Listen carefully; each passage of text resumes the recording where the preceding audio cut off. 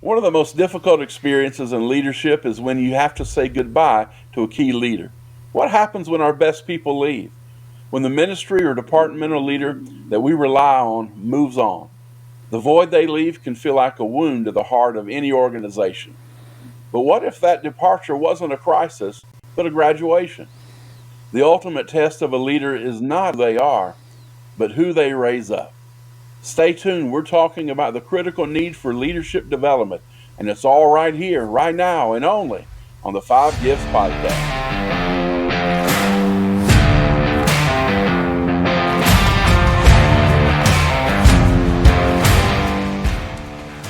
You're listening to the Five Gifts Podcast, a weekly show designed to equip leaders in the Spirit-filled church.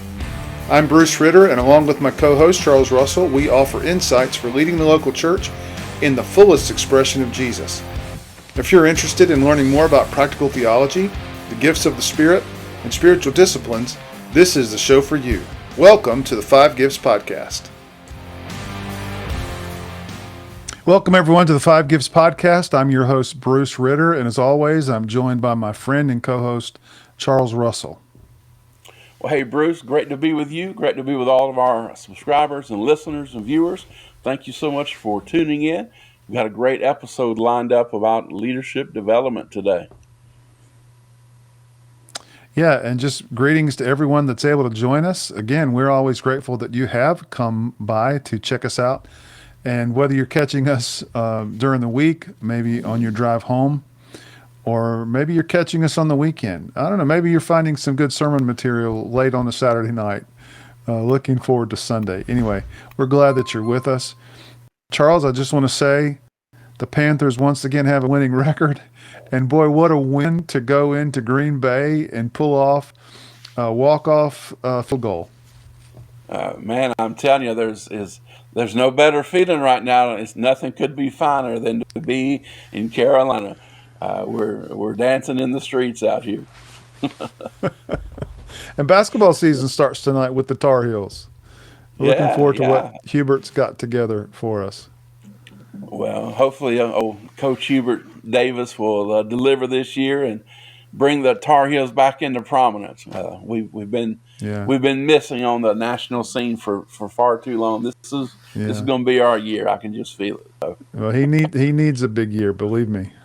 Yeah, you're right. Well, we could talk about the Tar Heels and the Panthers and everything about Carolina-related sports, but and it'd be a great conversation. It'd be life-giving, exhilarating, everything that you could hope for in a podcast. But we're going to turn and shift our attention again, talking about leadership development today. And so, our mission here on the Five Gifts Podcast is simple.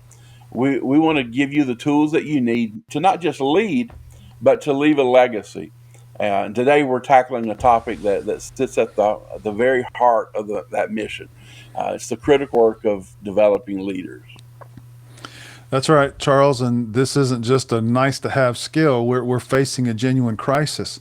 It reminds me of a Fortune magazine article that reported on a gathering of world business leaders, and their single biggest worry, and this was not the local church, this was multinational companies, millions, if not billions of dollars annually in income. Their single biggest worry was, where have all the leaders gone?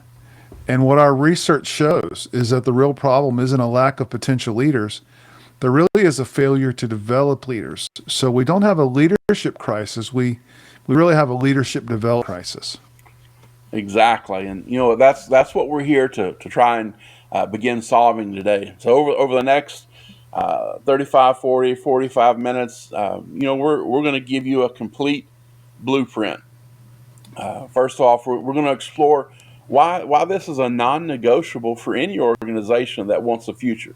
Then we'll redefine what a true leader even is, because if you get the foundation wrong, the whole house crumbles. After that, we'll look at the master's blueprint, Jesus' own model for leader development. And then finally, we're going to give you some practical steps to build a culture that doesn't just attract leaders, but actively multiplies those leaders. Yeah, and hopefully, I think by the end of the episode, you'll have a clear, actionable plan to turn your organization or your church from one that consumes leaders and really burns them up into one that creates them. So let's get started. There really is an urgency when it comes to developing leaders, and I think we've tried to make that clear from the beginning.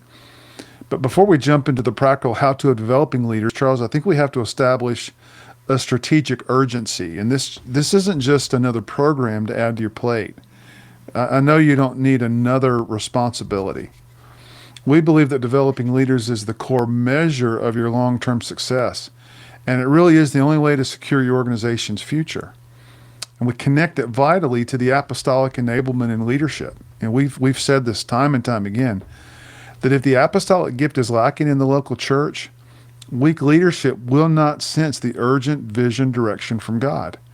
In our last episode, we talked so much about vision, and that vision is really connected to a dynamic relationship of encountering God and listening. And so if that apostolic enablement is not present, and the organization lacks vision and direction as a result, is that weak leaders don't recognize, don't equip, don't deploy leaders for service. When the apostolic gift is activated, however, strong leaders begin to execute urgent vision direction, and they begin to align their leadership toward that direction. They place and equip leaders under Christ's authority. Yeah, absolutely. I'd go so far as to say that, the ultimate test of a leader is not the magnitude of their ministry, but it's whether they train other leaders who can sustain the organization when they're gone. How many stories, how many times have we heard of what we deem to be great and successful ministries crumble when that leader leaves for another assignment or is no longer leading in that capacity. So we're not measuring again by the magnitude of the ministry, but whether or not they can train other leaders to sustain the organization when their presence is no longer there. That's true ministry legacy. It's not the name on the side of a building. Rather, it's the mission continuing long after you've left. Yeah, that has to be a priority. And you can tell the stakes are incredibly high. So there's a phrase that's always stuck with me, and that is the Great Commission is always one generation from being lost. Now that sounds dramatic, but you have to believe me, that's absolutely true. The only thing standing between our mission and oblivion is the next generation of leaders. So leadership development isn't just an administrative task. It really is the essential work of ensuring that the most important mission in all of history continues. Yeah, Bruce, and that really requires a radical paradigm shift for most of us. We're trained to think that ministry is about performing tasks. We have to preach the sermon, we have to manage the budget, we got to counsel the hurting, and so. But the truth is, our primary job is not to just do the work. We must build the workers. Charles, you and I see this all the time, and we see this in the United States with pastors. We see this in our own ministries. We see this overseas. We see that something that's a global reality. What does it look like when a leader is stuck performing tasks instead of building workers? Well, Bruce, it looks like burnout. It looks like a bottleneck where every decision has to flow through one person. It's like when a brilliant leader who hasn't started working on his or her ministry. What we're talking about is a shift from being a doer to becoming a developer. And truly that shift is everything. It is. And the biblical model, especially from 2 Timothy 2, verse 2, is about training leaders who will then develop other leaders, impacting, third and fourth generations. Yeah, and what you're talking about, Bruce, that's legacy. And that kind of legacy is not measured in years, but rather in decades. It's the difference between a flash in the pan and a sustainable movement. Precisely. So you look at Jesus as an example. He drew massive crowds, but he didn't measure his success by the size of the crowd. He measured it by the competency of his core. He poured his life into a small group of trainees, the original 12. And from there were groups of 70, even 120. But the real payoff, the real indicator of success, wasn't in how many people show up on Sunday, but how many capable godly leaders that you can develop actively at every level of ministry. So if this is our ultimate goal, Charles, we have to start with the right foundation. What exactly is the kind of leader that we're trying to develop? Well, that's the perfect question because any leadership development process is doomed to fail if it's built on a flawed definition of leadership. Too often, we default to some kind of worldly idea of power or position, even status. But truth is, the biblical model is radically different, and it's critical we get this right. So, one of the best definitions I've found comes from Aubrey Malphurs. He defines a Christian leader as servants with the credibility and capabilities to influence people in a particular context to pursue their God given direction. So, Christian leadership then is simply the process of doing that. Every word in that definition matters. It all begins with being a servant. And this isn't about personality or skill. This is the leader's heart. The ever present temptation for leaders is to suddenly dominate their followers and seek prominence. But Jesus flips this idea on its head. In Matthew chapter 20, he teaches that the essence of leadership is not status, but it is selfless service. He tells us that true leaders are looking for a towel and not a throne. What a powerful image, and it's so true. Yeah, man, it is. It truly is. The second key ingredient is what we'd call credibility. And this is the leader's trust. And so this might be the most important part. The first question followers will ask about their leaders is this: do we trust them? If they're not sure, or if their answer is no, they're going to look to someone else for leadership. And that credibility is built on two pillars. The foundation is godly character, who you are when no one's watching. But character alone is not enough. It has to be compared, or it has to be paired with competence. In other words, knowing what to do and having the skills to do it effectively. And without both, without character and competence, trust will begin to erode. And then finally, there we have capabilities. And so this is the leader's toolkit. These are the God given and developed special abilities that allow a leader to be effective. This includes things like spiritual gifts, passions, knowledge, practical skills. It's what gives a leader true kingdom impact. Servant, credible, capable. This is the target that we're aiming for in leadership. And that's a vital distinction. It's not just about having a good heart. It's about being trustworthy and having the tools to actually get the job done. That's exactly right.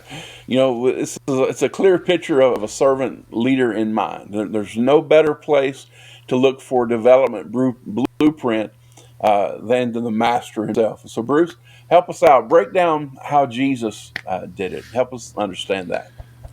Yeah, I think blueprint is a good word. It's fascinating because when we study Jesus' ministry, we find timeless and incredible practical patterns for developing leaders. Now, I want to connect this to something because, as a believer, in Christ, what God is doing is bringing us into the full image of Jesus. And so in leadership, it makes sense that not only are we looking like Jesus in our personal lives, but we begin to lead like Jesus in public ministry. So it's his specific practices. There aren't binding commands that we have to replicate in detail, but they are a blueprint. They're a pattern. They're a paradigm. And they offer profound wisdom that we can adapt into a clear four-step process that works in any church, in any ministry, in any organization. So let's walk through them. The first step is recruitment.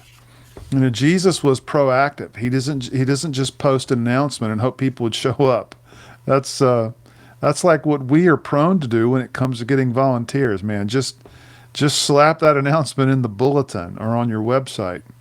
It's not the best way, and that's not something Jesus did.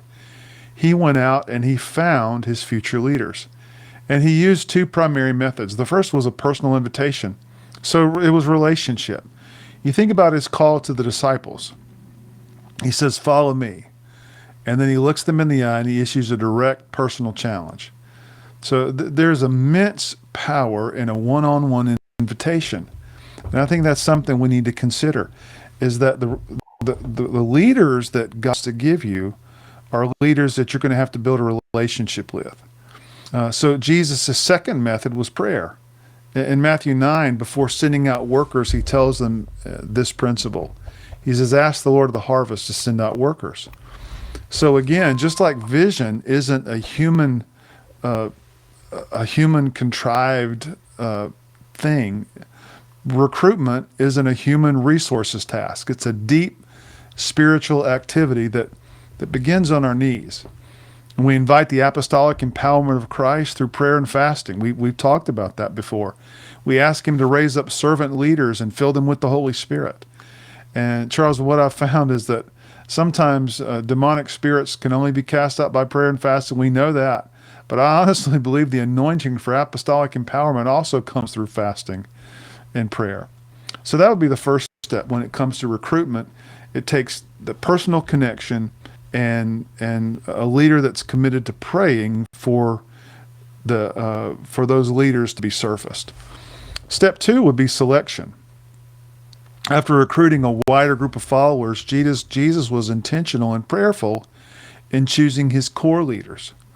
Luke's gospel tells us that he spent an entire night in prayer before he selected the 12. So think about the contrast. The most important personnel decision in history was driven by prayerful deliberation. And that's where we always begin. We always ask the Lord for his eyes to see what he sees in potential leaders. I think our most important decisions are often driven by panicked urgency to fill a spot. I mean, I've felt that pressure before. I dare say I'll feel that pressure again. So there's a profound challenge to how a lot of us operate. The selection, it doesn't just need to be deliberate. It needs to be a spirit process, and we have to lean into prayer. So Charles, those are the first two steps. How about giving us the next two? Well, I think step 3 sounds like this. Jesus' training methodology was brilliant because it was continuous. He didn't just send his disciples to a 3-day conference and call it good. Matthew 10 said he trained them before sending them out, giving them clear instructions. He also trained them while they were ministering. So, debriefing their experiences, teaching them along the way. Training is not just a one-time event. It's an ongoing process that it combines instruction with hands-on, real-world experience.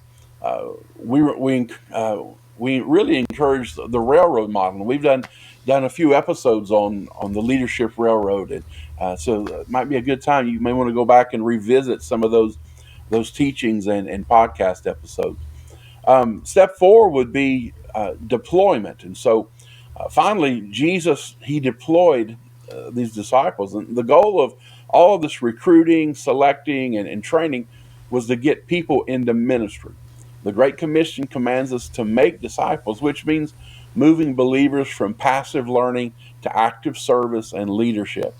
So deployment is the crucial final step that turns a follower into a leader who can then go and repeat the process with someone else. So again, recruitment, selection, training, deployment. It's simple, but it's very profound and extremely powerful. It really is, and I think this is a 4-step blueprint that not only is it powerful, but it requires a massive shift in the heart of the senior leader. It really means being willing to empower others, and that can bring up some of our own internal struggles, can't it, Charles? Yeah, it absolutely can. Honestly, this is this is where the blueprint can oftentimes break down. The biggest obstacle to developing leaders is frequently not a lack of process, but oftentimes the established leader's own heart. So it's time to do a little navel gazing and look into our inner person here and realize that we may be a bigger part of the problem than we want to admit. We can have the best plan in the world, but if we don't deal with our own internal barriers, look, we're going to sabotage our own efforts. So, two of the biggest things that we can talk about are number one, the fear of giving up control, and then secondly, the unaddressed dark side of our own leadership. So let's talk about let's tackle this challenge of empowerment. We define empowerment as the intentional transfer of authority from an established leader who maintains responsibility. That sounds great in theory, but that's the part that terrifies most leaders. Why is giving up that control so hard? Well, it's terrifying because it means embracing uncertainty with faith. A leader has to shift their mindset from ownership of the ministry to stewardship. Man, I'm telling you, that's huge. Shifting from ownership of the ministry to stewardship. Look, pastor, leader, this is not our church. This is God's church. These are His people. We're at best we're stewards.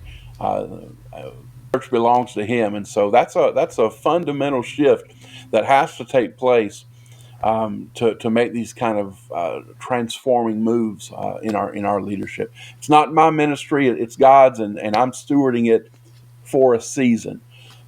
This requires a ton of patience to make that kind of a leap. But there's a great story about two lumberjacks who are competing to chop the most wood. One lumberjack, he works tirelessly all day long. The other guy, he stops every hour for 10 minutes. And at the end of the day, the one who took breaks had chopped far more wood than the one who had not.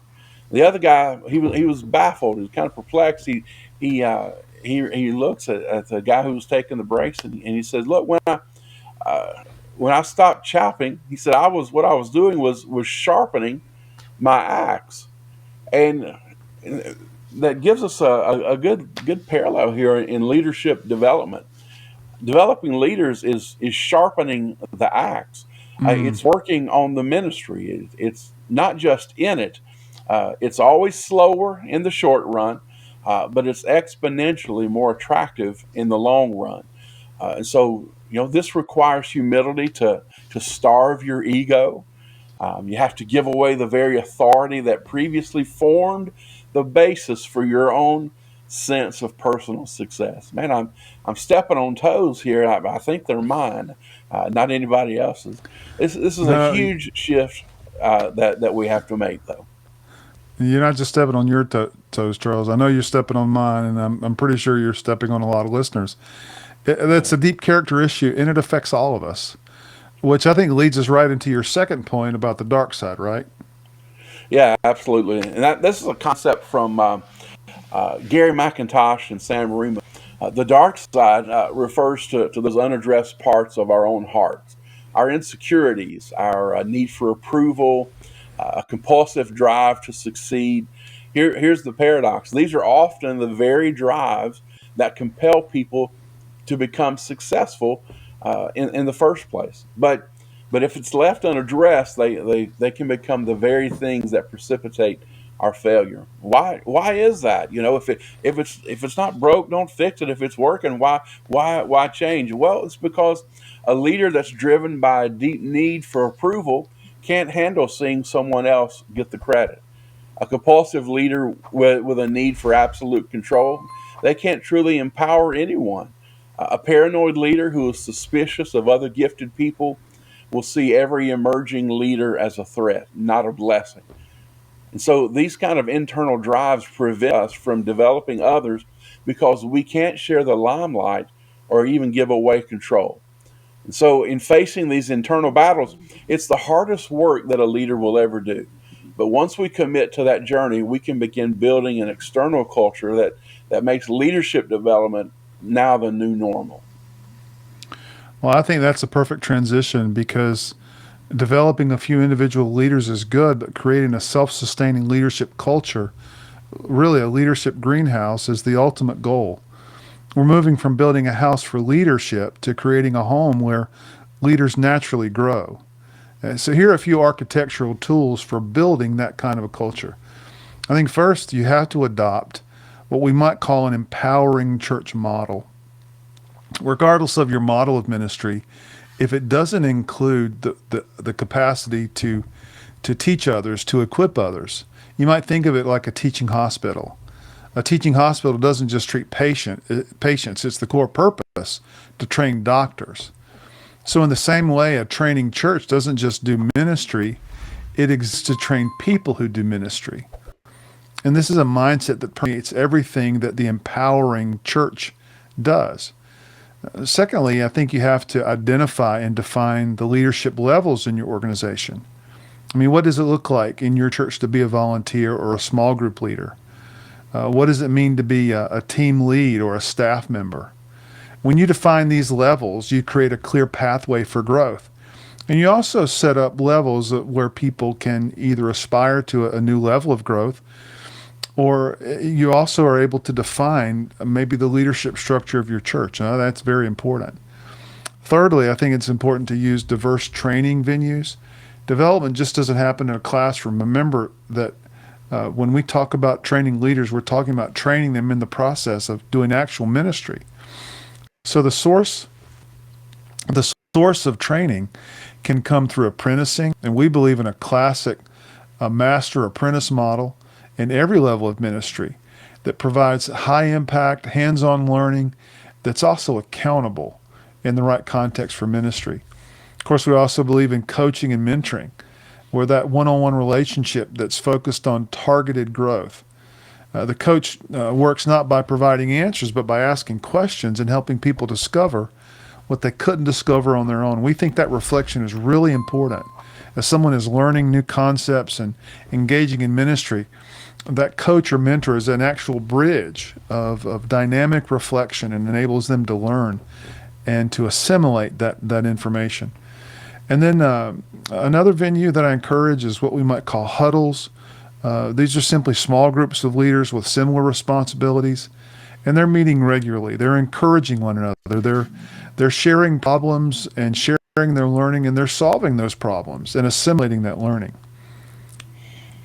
Yeah, well, man, those are some great practical suggestions for us, and people learn in so many different ways. So, Bruce, I think the variety that you're giving us is really a key factor in helping us to be successful in our leadership development for sure.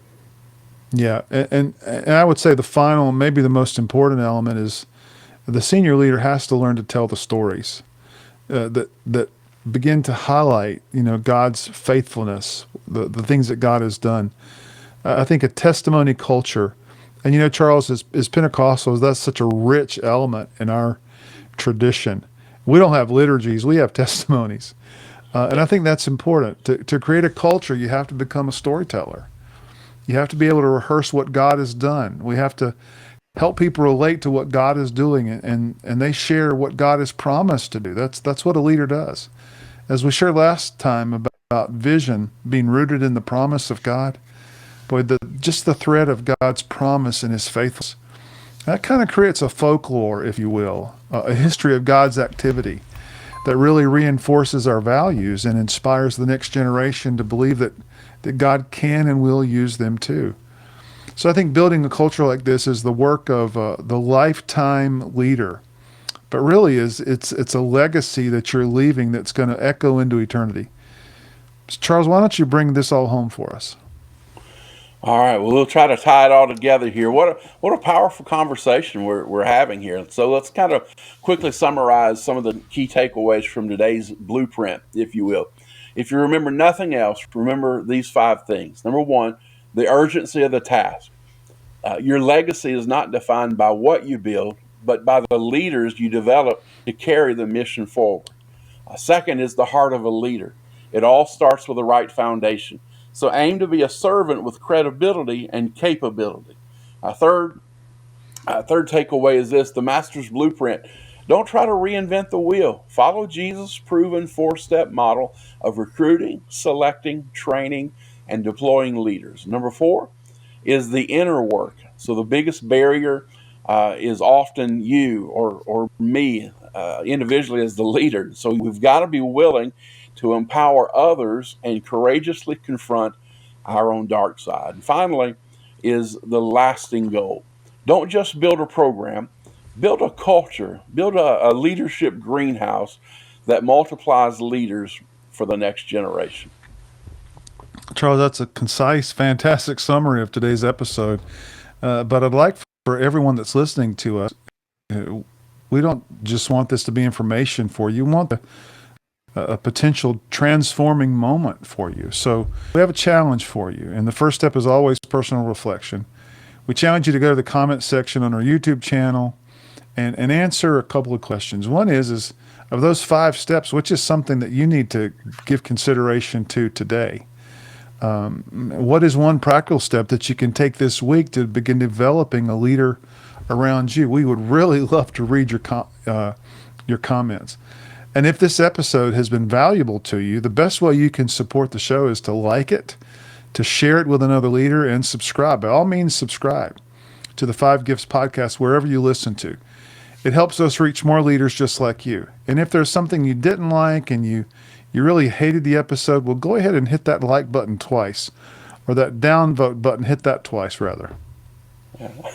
Smash it twice. Hey, and we want to hear your testimonies. We want to create a culture of testimonies here.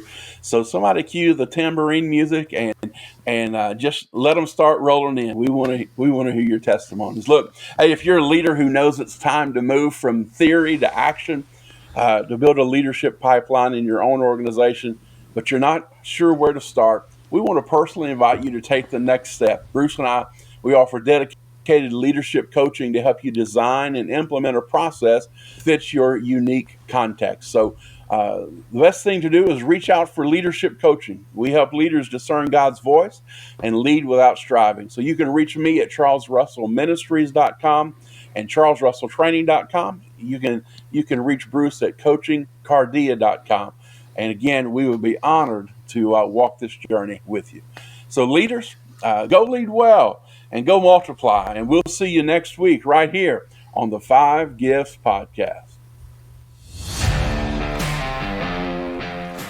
You've been listening to the 5 Gifts podcast. If you would like to take the next step as a spiritual leader, we invite you to visit either of our websites or contact us for leadership coaching. We can help you reach the next level in your own growth and leadership. We provide leadership, spiritual gift, and personality assessments that give you a better grasp of your leadership style. And we also create a customized growth plan that empowers you to reach your full kingdom potential. We can't wait to hear from you.